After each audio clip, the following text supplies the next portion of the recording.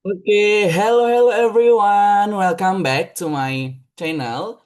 Di sini aku Denny Arifin untuk berbagi tips mahasiswa yang dimana kali ini kita lanjutkan dari part of speech yang dimana masuk ke type of verbs. Nah, sebelumnya kita sudah bahas nih materi mengenai part of speech yang dimana ada verbnya. Kita udah jelaskan gitu di video sebelumnya. Teman-teman kalau misalnya belum melihat boleh cek video sebelumnya ya. Namun sebelum dari itu aku ngingetin teman-teman untuk bisa subscribe, like, komen, dan share video postingan di YouTube ini. Dan juga jangan lupa follow akun Instagram aku dan TikTok aku, Denny Arifin. Karena akan ada banyak informasi lain yang aku sharingkan di Instagram maupun di TikTok. Nah, kita masuk ke type of verbs, yang dimana verb yang sudah kita pelajari sama-sama itu merupakan kata kerja yang kita tahu, yang sudah disampaikan. Nah, ternyata verbnya ini ada lagi terbagi lagi gitu. Nah, di sini aku contohkan bagiannya ada tiga. Yang pertama ada action verb, yang kedua ada verb of being, dan yang ketiga ada verb phrases. Nah, di sini kita akan bahas kupas tuntas ya, teman-teman semua. Nah, yang pertama ada action verbs, yakni kata kerja yang menunjukkan aksi atau tindakan. Itulah action verb. Nah, contohnya apa aja nih gitu. Contoh yang pertama adalah go. Eat, drink, sleep, run, and etc. Nah, contohnya itu apa? Tadi kan disampaikan kegiatan ataupun menunjukkan suatu tindakan. Contoh nih, berlari. Kita melakukan tindakan kan? Benar. Eat, kita makan. Ada proses pergerakan dari tangan ke ngambil nasi ke mulut. Nah, itu yang dinamakan tadi action verb. Drink, minum juga, sleep juga, run juga. Ada kegiatannya gitu. Makanya dikatakan dengan action verb. Nah, selanjutnya example in sentence. Contoh dalam kalimat gimana nih gitu. Nah, contoh yang pertama, she read. Dia membaca, ada tindakannya. She reads a book every night. Seperti itu. Nah, kenapa ada S-nya? Nanti kita baca, nanti kita masuk ke next materi. Jadi, stay tune ya. Nah, yang kedua, they play football on Sundays. Nah, ada kata play, bermain. Nah, ini dia action verbnya. Selanjutnya ada he cooks. Dia memasak gitu. Ada tindakannya. We walk. Ada tindakan kegiatannya. Drink sama. Itulah tadi namanya action verb. The nextnya kita masuk ke verbs of being. Yang dimana verbs of being ini kata kerja yang mendefinisikan noun atau kata benda atau menyatakan waktu atau tempat. Itu dia verbs of being. Teman-teman boleh boleh perhatikan ya. Nah, selanjutnya kita masuk ke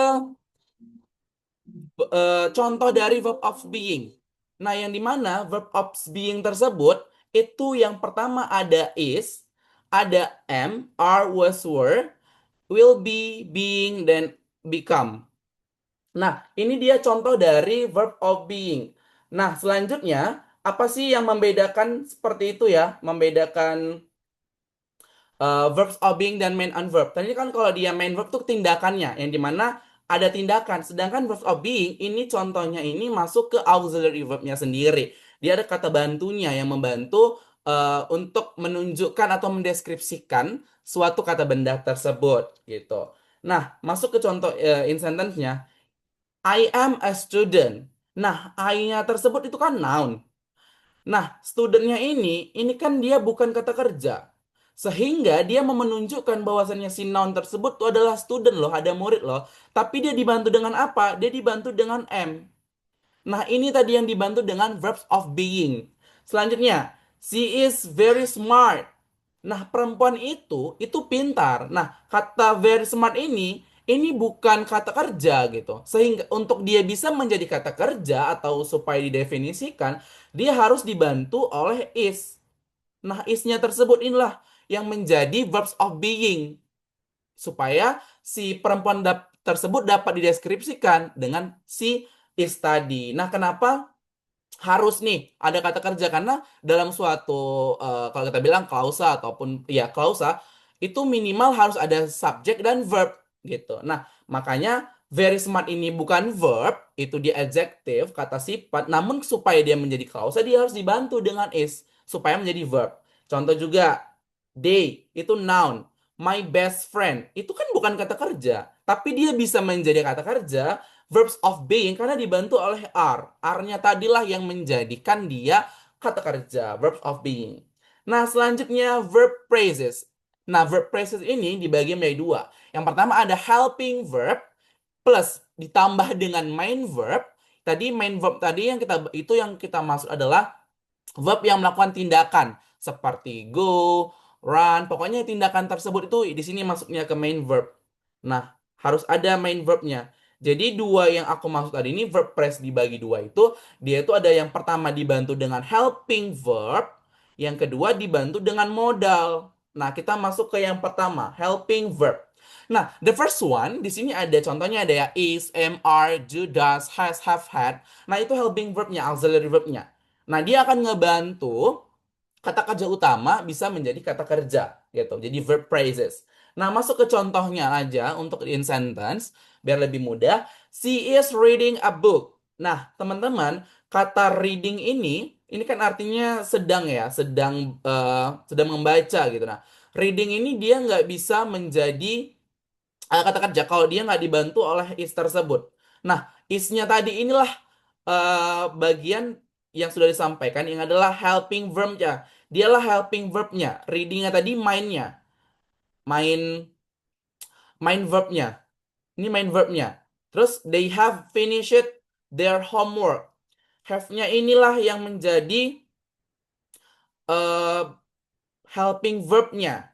Selanjutnya I do. Ini helping verbnya. Finish tadi ini main verbnya. Seperti itu. Masuk ke selanjutnya, ya ini ada modal. Nah, di sini modal ada can, may, must, shall, will, and etc. Nah, bagaimana sih contohnya gitu? Untuk in the sentence, kita masuk ke contohnya. She can speak three language. Nah, can-nya tadi, ini kan dia modal. Can-nya modal. Speak-nya ini main verb. Nah, inilah yang dikatakan dengan verb phrases. Nah, ini verb phrases. Selanjutnya, we should study for the test. Should-nya ini itu modal. Nah, sedangkan study-nya apa? Itu main verb. Inilah yang dikatakan verb phrases. Oke, sekian materi kita untuk type of verbs-nya. Semoga teman-teman bisa paham. Kalau misalnya teman-teman ada follow-up question, teman-teman boleh komen di kolom komentar ataupun langsung reach out aku dari Instagram ataupun TikTok. Terima kasih, sampai jumpa.